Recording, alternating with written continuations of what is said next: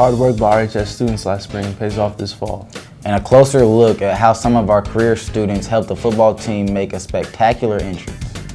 All today on the Air.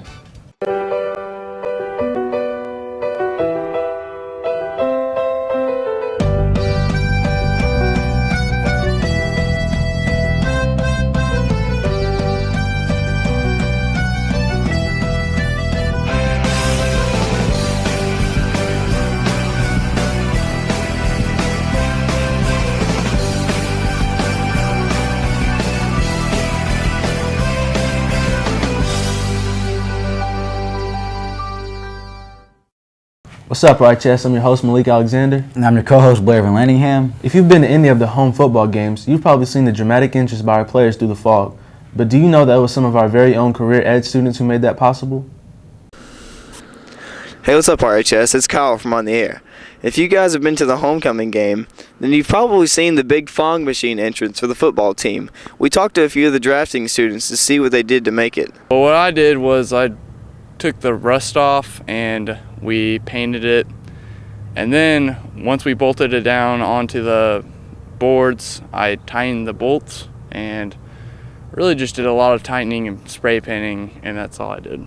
Really all I did here was help them with the base of this tower and the top. As you can see up there, there is a cap. I welded that on there, and this took a while, lots of work, and it paid off. Basically, with these towers, we got rusted old towers and we sanded them down, got them to a nice fine flat surface. We painted over them. We had another student weld onto the top to get a nice top to it. Well, there you have it, guys. If you're coming to the next home game, make sure to keep an eye out for the big red and white fog machine. Back to you guys in the studio. Make sure to get a closer look tonight as you come out and support the Red Devils as they try to clinch their second straight NCC championship. Last spring, the Garden Club and their sponsor, Miss Miller, put in some time and hard work to plant flowers outside of Tyranny by the tennis courts. This fall, their work paid off. Jake Allen has more. Hey RHS, Jake Allen for On the Air. We caught up with Miss Miller to ask her about these flowers and why they're blooming so well. The Garden Club purchased some mums last spring to help decorate the newly refurbished courtyard garden that we have. I think it's actually called the Memory Garden. And after we used them out there, we decided to plant them somewhere else that they could actually grow back the following year, because they are what we call perennials and they will come back every single year. So we took the mums and we also separated out some, I believe they're lilies, out of the courtyard garden and planted them by the tennis courts. I got an email from another teacher stating that the flower beds looked awesome.